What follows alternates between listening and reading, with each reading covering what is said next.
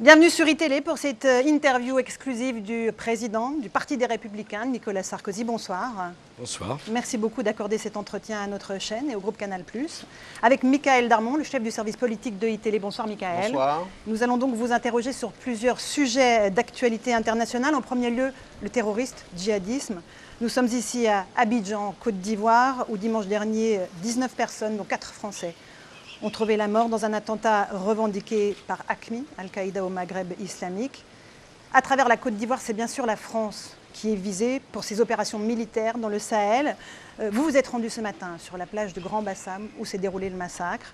Est-ce que cette guerre contre le terrorisme peut être gagnée et est-ce que la France et ses alliés ne sont pas terriblement vulnérables à travers leurs civils? Mais est-ce qu'on a le choix? On n'a pas choisi cette guerre. Est-ce que c'est une guerre contre la France? Je ne crois pas.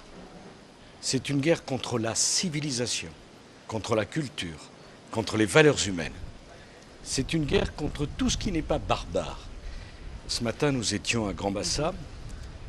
Il faut voir que ces terroristes, cette bande de lâches, il y a une femme du présidente de la Fondation Goethe, un peu plus de 50 ans, qui a essayé de fuir.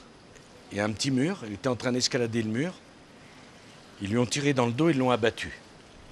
Il y avait un monsieur libanais, non pas ce qu'il avait à faire là-dedans, bien sûr, qui s'était caché derrière un espèce de réfrigérateur où il y avait des boissons. Ils l'ont poursuivi. Ce sont des gens qui ont frappé ici, comme ils ont frappé hier à Paris, comme ils ont frappé partout ailleurs dans le monde, parce qu'ils veulent détruire la civilisation. Comment peut-on la gagner cette guerre, M. Sarkozy? Vous dites qu'on n'a pas le choix, mais comment peut-on la gagner? Est-ce que la coalition actuelle est efficace? D'abord en considérant qu'on est en guerre et qu'on doit les exterminer. Les mots ont un sens. Nous devons les exterminer. Qui ils? Par tous les moyens? Je pense que tous les moyens de renseignement, de prévention, de sanction sont nécessaires. Quelques milliers de barbares fanatisés qui dévoient la religion auquel ils prétendent se référer ont décidé de terroriser et d'assassiner. Nous ne pouvons pas nous laisser faire. Ce n'est pas parce que nous sommes des démocraties que nous devons être faibles. Jean-Marc Ayrault et Bernard Cazeneuve sont venus très vite à Abidjan pour annoncer le renfort de la coopération militaire entre la France et la Côte d'Ivoire. Est-ce que la France en fait assez? La coopération avec les services ivoiriens, qui ont fait un travail d'ailleurs tout à fait remarquable, des services français et des services marocains, et je le crois efficace, et j'espère que dans les jours qui viennent, d'après ce qui m'a été dit, des éléments concrets sur le nombre exact d'assaillants qu'on ne connaît pas, sur leurs origines, pourront être à la disposition de l'ensemble des services du monde entier qui doivent mener dans une coordination parfaite cette guerre implacable contre ces terroristes. Mais vous ne pensez pas que c'est la France qui était visée? AQMI a revendiqué dans son communiqué, viser précisément la France et les intérêts français. Bien sûr que la France est exposée, parce que la France est un grand pays. Enfin, je rappelle que sur les 19 morts, il y a 4 Français. Il y avait donc 15 autres personnes qui n'étaient pas français. Et d'ailleurs, quand bien même ça serait la France qui serait visée comme les autres démocraties, je dirais, excusez-moi, le combat qui doit être mené est un combat au nom des valeurs humaines, au nom de la civilisation, au nom de la culture qui est la nôtre. Nous ne pouvons pas nous laisser faire. Alors ce matin, parce que l'Afrique c'est aussi un enjeu majeur de développement et de croissance mondiale, vous étiez donc devant des étudiants ivoiriens, vous avez prononcé un discours très loin du discours de Dakar qui avait pu heurter à l'époque. Vous avez dit le passé, c'est le passé, vous êtes l'avenir du monde, et vous avez eu aussi cette expression... Je n'ai pas dit que j'étais l'avenir du monde. Non, vous avez dit les étudiants, vous avez dit aux étudiants qu'ils étaient l'avenir du monde, bien entendu, et vous avez eu cette expression en disant la pression démographique, la première des pollutions, c'est la pression démographique. Qu'est-ce que ça veut dire exactement? Non, j'ai voulu dire que la grande question de la démographie mondiale est clairement posée. Il y a grosso modo 50 millions d'habitants de plus chaque année sur la planète. Dans 30 ans, on passera de 7 milliards aujourd'hui à 9 milliards. Combien d'habitants peuvent-ils vivre sur cette planète? Jamais dans l'histoire de l'humanité, on a connu une telle pression démographique. Quant à l'Afrique, qui a aujourd'hui 1 milliard d'habitants, dans 30 ans, elle sera à 2,3 milliards.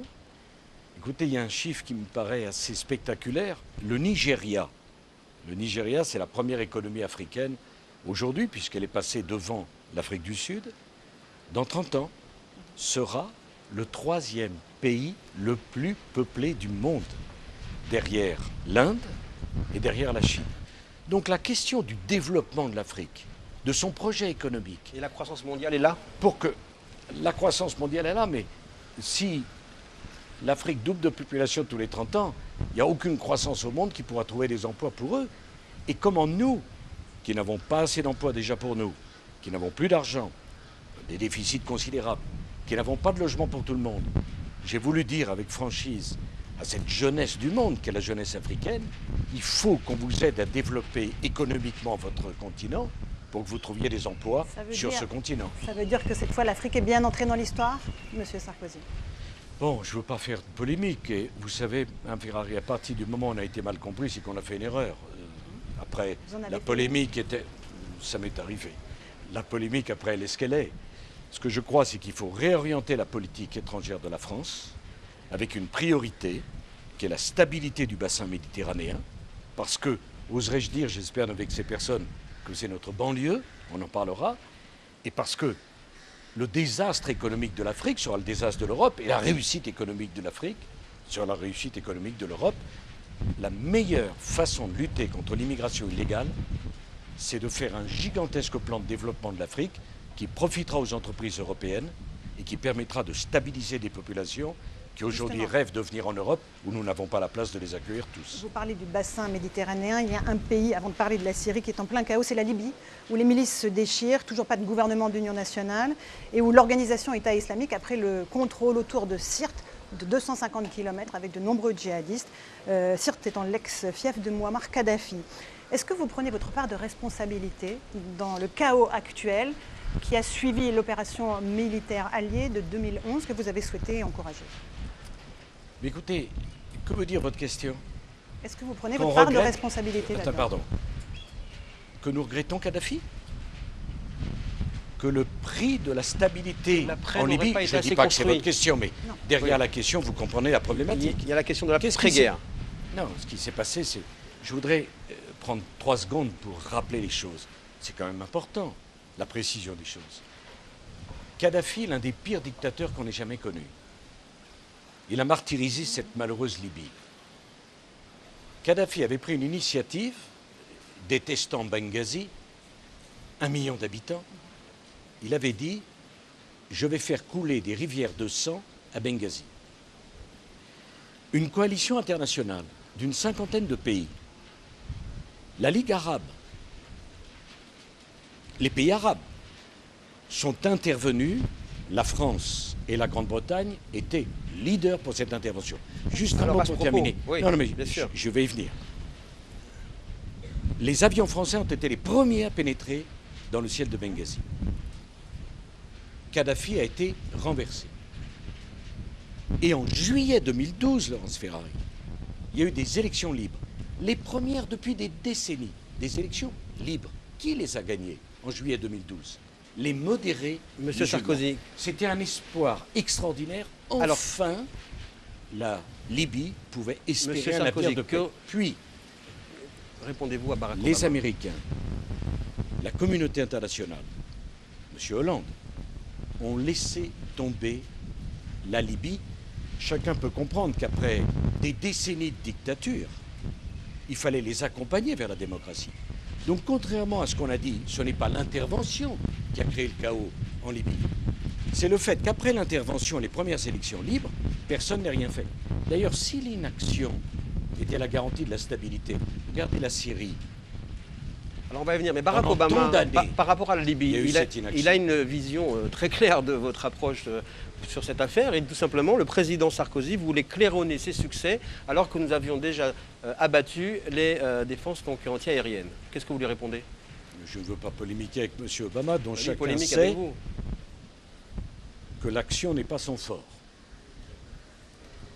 Les avions français sont rentrés les premiers dans le ciel libyen. Et au bout de 8 jours, M. Obama a décidé de retirer l'armée américaine et a conceptualisé cette fameuse théorie leading from behind, le leadership de l'arrière. Moi, vous savez, le leadership de l'arrière, ça n'existe pas. Il s'est trompé? On est leader ou on n'est pas leader. Quand on est leader, on conduit une opération. Il n'a pas été leader on ne la pour vous? subisse pas. Il n'a pas été leader, Barack Obama? En Libye? Il s'est retiré dans il plein d'endroits. Il le dit lui-même, En Syrie? ce qui d'ailleurs n'était pas le cas de Mme Clinton, qui a été courageuse, forte et qui a soutenu notre intervention. Barack comme Obama, d'ailleurs M. Cameron. En Syrie, Barack Obama se glorifie de ne pas être intervenu à l'été 2013, au moment où la ligne rouge a été franchie avec l'utilisation d'armes chimiques. M. Obama avait dit, à la minute où Bachar el-Assad emploie les armes chimiques, nous interviendrons. Bachar el-Assad a employé les armes chimiques, ils ne sont pas intervenus. Vous savez, quand on fixe des limites, qu'elles sont franchies, et qu'on ne fait rien après, c'est pas bon signe. Je regrette d'ailleurs qu'on ne prenne pas les moyens nécessaires pour faire converger les deux coalitions, pour additionner les forces de tous les pays, pour abattre l'État islamique.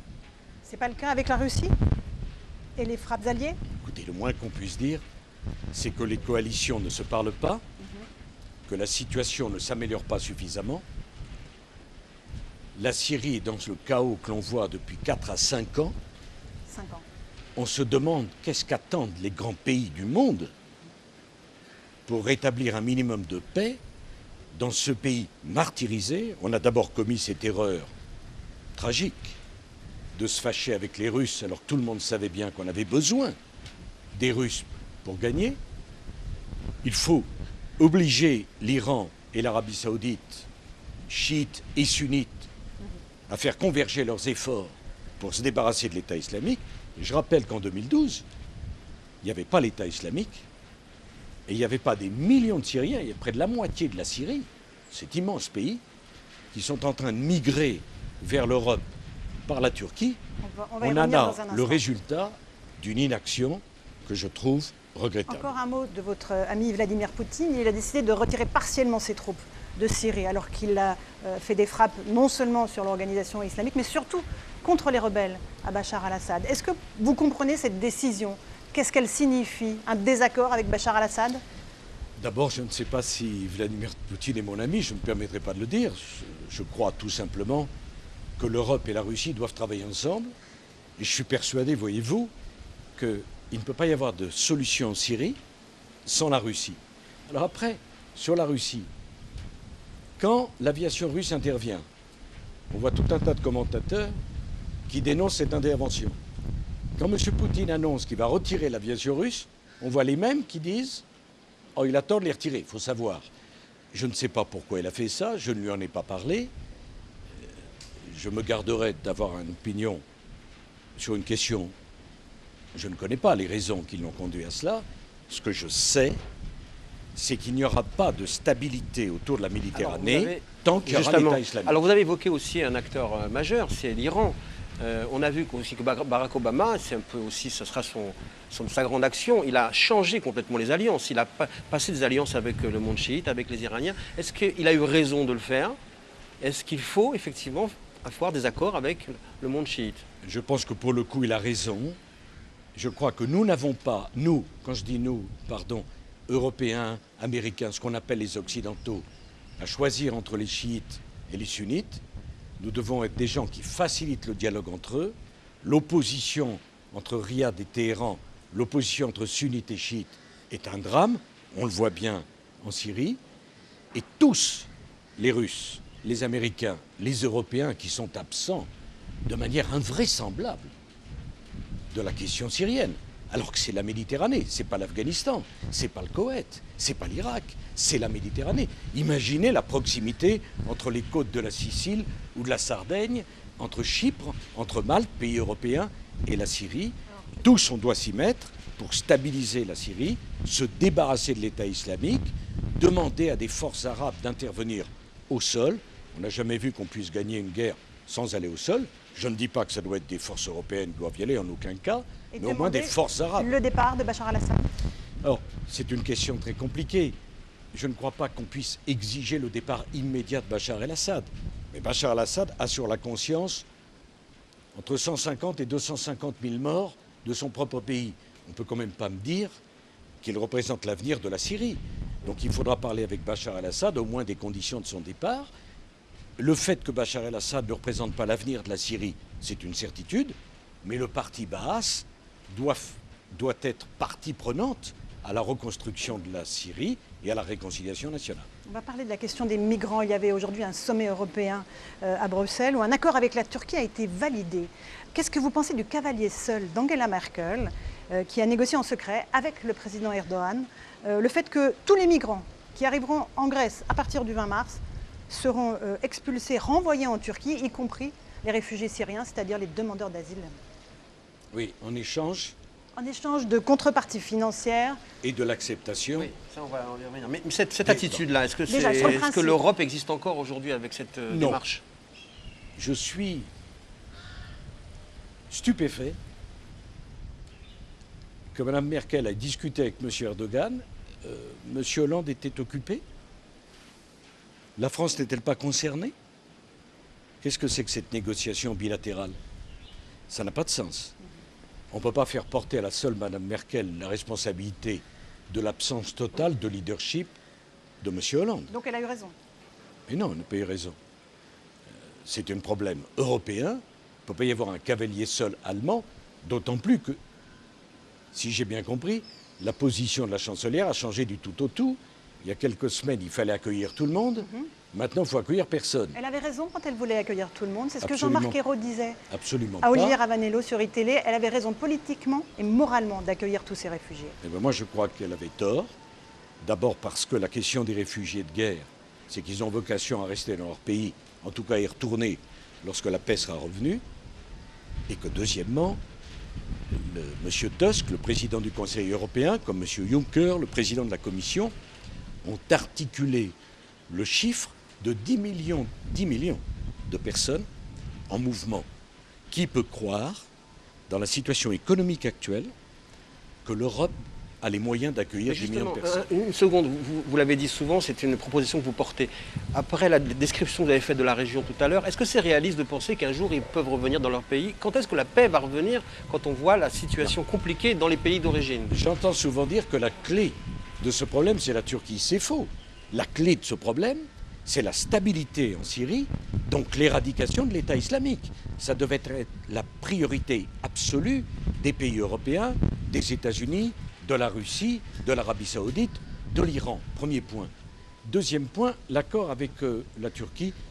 Mme Ferrari, je fais attention parce que je n'en connais pas le détail, donc c'est toujours gênant de parler de choses qu'on n'a pas vues en détail. Mais si ce qu'on dit est exact, c'est-à-dire que pour le prix de cet accord, On parle de 6 milliards d'euros. Hein. C'est pas le plus grave. Et d'adhésion je suis tout à fait opposé à la suppression des visas pour 80 millions de Turcs.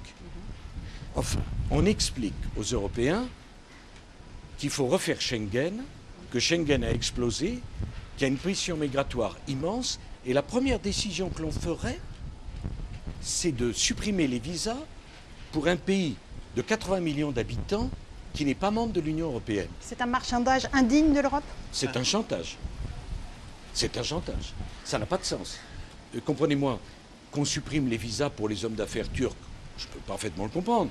Qu'on supprime les visas pour des étudiants, je peux parfaitement le comprendre. Mais dire à 80 millions de Turcs, désormais, il n'y a plus de visa, ça n'a pas de sens. Alors vous demandez à M. Hollande de le refuser ce chantage. Qu'est-ce qu'il doit faire? Apparemment, et d'après ce que vous me dites, il l'a accepté. Deuxièmement, je ne vois pas le rapport entre la question de la Syrie et de la migration des réfugiés de guerre et de l'adhésion de la Turquie. Là encore, la Turquie est en Asie mineure. La Turquie, pardon de le dire, c'est un très grand pays, une très grande civilisation. Mais c'est un pont entre l'Asie et l'Europe. La Turquie n'a pas vocation à adhérer à l'Europe. J'ai toujours été sur cette position. C'est une position de bon sens. Ça ne veut pas dire que je suis contre les Turcs, mon Dieu. Les Turcs, nous en avons besoin. Ce sont des alliés dans le cadre de l'OTAN. Mais quand on expliquera que la Turquie est en Europe, ça voudra dire qu'aux écoliers européens, on leur expliquera que les frontières de l'Europe, c'est la Syrie. Où est le bon sens? Alors, M. Hollande était pour l'adhésion de la Turquie à l'Europe. Je ne sais pas s'il a changé d'avis. Mais ça s'appelle du chantage. Vous êtes hostile à l'entrée de la Turquie dans l'Union.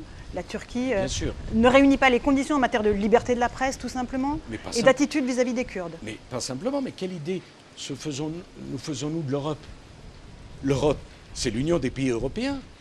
Alors la question est très simple, géographiquement parlant déjà. Est-ce que la Turquie est un pays européen? La Turquie est en Asie mineure. Il y a une rive du Bosphore qui est effectivement en Europe. Mais quand on voit la taille de la Turquie, qui est un continent, ça n'a pas de sens. Est-ce que culturellement, est-ce qu'historiquement, est-ce qu'économiquement, la Turquie est un pays européen? Si on dit ça, c'est qu'en vérité, on veut la mort de l'Europe, parce que l'Europe n'a aucune signification. L'Europe, c'est l'union des pays de ce continent. Je veux dire que de ce point de vue-là, si on commence par faire adhérer la Turquie, alors permettez-moi de vous dire que la Russie est plus européenne que la Turquie. Il faut qu'on avance un petit peu, parce que le temps, évidemment, nous est compté. Le Brexit, est-ce que les citoyens britanniques qui doivent se prononcer fin juin, courant juin, sur la sortie ou pas de leur pays de l'Europe, est-ce que c'est une menace réelle pour l'Union et l'Europe? C'est une menace réelle, mais la menace réelle, Laurence Ferrari, elle est ailleurs. La menace, c'est que cette idée européenne, qui est magnifique, est en train d'être rejetée petit à petit par de plus en plus grand nombre de gens dans tous les pays. Et naturellement, en France, en Allemagne, 53% en Espagne, des en Français, Grèce. selon une étude, souhaitent un référendum, la tenue d'un référendum sur le maintien ou pas dans l'Union européenne. Si vous accédez à des responsabilités, est-ce que vous êtes d'accord pour organiser ce référendum? J'avais une question sur le Brexit. Oui. D'abord, le départ du Royaume-Uni serait un appauvrissement considérable pour l'Europe. C'est la deuxième économie, l'une des plus dynamiques d'Europe. Alors, on est en train de nous expliquer, ne vous inquiétez pas, on va faire rentrer la Turquie en Europe, mais le Royaume-Uni va sortir. Ben, ça n'a pas de sens. Et j'ajoute que pour les Anglais eux-mêmes, sortir de l'Europe, mais ça serait une erreur dramatique. Je pense que sur cette question du Brexit, on est en train de passer à côté d'une opportunité. Je dis bien, M. Darmon, une opportunité. Comme toujours, quand il y a une crise, on peut en faire une chance. Les peuples d'Europe rejettent de plus en plus, non pas l'Europe, mais la façon dont on est en train de la construire. Il y a quelques mois, ils ont trouvé le moyen de sortir une directive sur la courbe du concombre, comme si on avait fait l'Europe pour cela. Eh bien, à propos du Brexit, je trouve qu'on avait une opportunité de repenser les compétences de l'Union et le fonctionnement des institutions de l'Union. Demain, nous sommes le 19 mars, date du cessez-le-feu qui a suivi les accords d'Évian. C'est la date aussi choisie par François Hollande pour commémorer la guerre d'Algérie. Vous critiquez violemment ce choix. Pourquoi? Est-ce que c'est une opération politicienne, comme le dénonçait ce matin Stéphane Le Foll, le porte-parole du gouvernement? En quoi est-ce violent? Si l'expression d'un avis, c'est violent, alors j'ai fait un papier qui n'a rien de violent. Le 19 mars, c'est une date importante pour l'Algérie, ce que je peux parfaitement comprendre. L'Algérie méritait son indépendance, naturellement. Et le droit des peuples à disposer d'eux-mêmes, personne ne le remet en cause. Mais le 19 mars, c'est aussi, pour des dizaines de milliers d'harkis, des exactions épouvantables. Ils ont été assassinés parce qu'ils aimaient la France. Le 19 mars, c'est une date aussi pour des centaines de milliers de Français qui aimaient l'Algérie, qui y étaient depuis plusieurs générations, un drame. Que les Algériens fêtent le 19 mars, je le comprends parfaitement et je le respecte. Faut-il choisir cette date? Si on choisit cette date, on divise la France. Et moi, je pense qu'il faut la rassembler. Nous sommes à l'étranger, mais vous êtes le président du principal parti d'opposition. Hier, il y avait des mobilisations contre la loi travail du gouvernement. Vous aviez dit à l'époque que la montagne accoucherait d'une souris. Est-ce que cette loi, malgré les arrangements, malgré les aménagements qui ont été apportés, va dans le bon sens? Est-ce qu'elle est de nature à relancer la croissance et l'emploi dans notre pays? J'avais dit que la montagne accoucherait d'une souris. C'est une erreur. C'était une demi-souris. Donc ça ne va pas dans le bon sens? Enfin, écoutez, chacun voit bien que rien de ce qui est fait dans cette loi n'est à la hauteur du défi considérable des 6 millions de chômeurs français. Il y avait beaucoup d'espérances. Une nouvelle fois, ces espérances sont déçues. On a envie de dire, tout ça pour ça. Mais quand la majorité écoute les manifestants, elle dit qu'elle écoute, et l'opposition dit, elle recule. Est-ce qu'au fond, ce qui s'est passé n'est pas aussi un message pour votre camp, en cas d'alternance? Ce serait difficile vraiment de réformer, de faire des réformes profondes. Est-ce qu'il faudra aller au conflit? Est-ce qu'il ne faudra pas hésiter à, justement, heurter de ce point de vue-là? Vous savez, bon, moi je suis le chef de l'opposition et je n'ai jamais soutenu les manifestations étudiantes. Parce que c'est un gouvernement qui ne partage pas mes opinions. Je trouve un peu ridicule qu'on aille instrumentaliser des jeunes lycéens sur un droit du travail qu'ils ne connaissent pas forcément. Vous me dites c'est difficile de réformer. Bien sûr c'est difficile. Je l'ai su. Lorsque nous sommes passés à la retraite à 62 ans, il y a eu 1 million de manifestants dans la rue. C'est pas pour ça que j'ai cédé. Lorsque nous avons fait l'autonomie des universités, il y a eu 1 an et demi de blocage. C'est pas pour ça qu'on a cédé.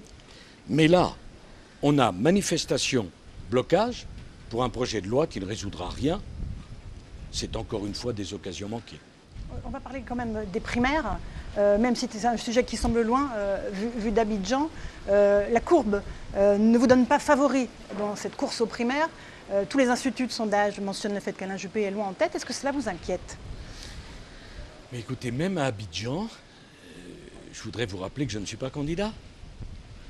Que le jour où je le serai, je vous le ferai savoir, et qu'à ce moment-là, on décidera ce qu'il est lieu de faire, ce qu'il y a lieu de dire. Je suis désolé, je comprends parfaitement que vous me posiez la question. Mais nous sommes à Abidjan, un pays qui a 5 jours a été endeuillé. Il y a une actualité internationale, et je vous remercie de m'avoir interrogé dessus, très riche.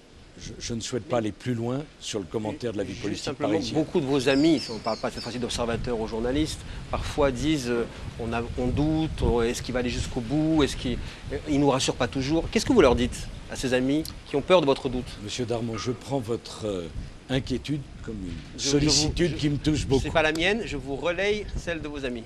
Monsieur Darmon, combien de fois vous êtes un observateur très attentif de la vie politique? Combien de fois vaudra-t-il vous dire que les sondages ont régulièrement été démentis, en France comme ailleurs? Et de plus, je considère que les Français aujourd'hui, ça ne les intéresse pas. Ce qui les intéresse, c'est comment on peut sortir le pays, le nôtre, de la situation dans laquelle il se trouve. Comment peut-on répondre aux défis du chômage? Comment peut-on répondre aux défis de l'immigration? Comment peut-on répondre aux défis du terrorisme? Ça, c'est les vraies questions. Le reste, on aura l'occasion d'en parler. Je vous donne rendez-vous, les primaires. N'oubliez pas, 9 septembre pour le dépôt des candidatures, 29 novembre pour le résultat. Justement, juste un mot. Est-ce que vous envisagez une primaire de la droite et du centre uniquement entre hommes? Est-ce qu'il vous semble envisageable qu'il n'y ait pas une femme qui soit candidate à cette primaire? C'est pas à moi de le dire. La Mais votre conviction à vous? Ma conviction, c'est que la vie politique a besoin des femmes, bien sûr, et que de ce point de vue, la parité, sur lequel on pourrait dire beaucoup de choses intellectuellement parlant, mais ça a été une bonne mesure, parce que ça débloque une situation. La parité, je comprends parfaitement que ça peut être un peu humiliant, parce qu'après tout, les femmes, c'est la moitié de l'humanité, et cette espèce de quota, c'est un peu ridicule. Mais s'il n'y avait pas eu la parité, les choses ne seraient pas débloquées aussi rapidement. Aujourd'hui, chez les Républicains, nous avons beaucoup de femmes, conseillers départementales, conseillers régionales, et j'ai bien l'intention pour les investitures législatives qu'il y ait beaucoup de femmes qui soient candidates. Juste une toute dernière question. Dans l'exergue de votre livre, vous citez un propos de Confucius qui dit « Lorsque le tireur à l'arc est un modèle pour le sage, quand il a manqué sa cible, il cherche en lui les causes de son échec. » Avez-vous trouvé en vous les raisons pour lesquelles vous avez manqué votre cible en 2012? Fantastique, parce que Confucius, cette phrase est d'une modernité extraordinaire, a dit cela plusieurs siècles avant Jésus-Christ. Mais qu'est-ce qu'il voulait dire, Confucius? Qu'il faut toujours chercher à s'améliorer. C'est ce que j'essaye de faire, M. Darmon. Qu'est-ce qui pourrait vous faire renoncer à cette candidature à la primaire? C'est la dernière question. Est-ce que le calendrier judiciaire et vos mises en examen pourraient vous en empêcher? Je ne peux pas renoncer à quelque chose que je n'ai pas annoncé. Est-ce que personne ne doute? Est-ce que vous... Je vous remercie d'avoir fait le voyage jusqu'à Abidjan. Est-ce que, une dernière question, est-ce que vos mises en examen sont un obstacle ou pas? Ou est-ce que ça renforce votre volonté? Non, mais laissez faire le travail de justice. Vous savez, je voyais les commentaires du Premier ministre sur un footballeur, les commentaires du Président de la République sur un évêque, les commentaires de Mme Bachelot sur un joueur de tennis. C'est la maladie du siècle. Chacun donne son opinion, en général, sur ce qu'il ne connaît pas. Merci beaucoup Nicolas Sarkozy de nous Merci. avoir accordé cet entretien exclusif depuis Abidjan. Dans un instant, le journal sur iTélé.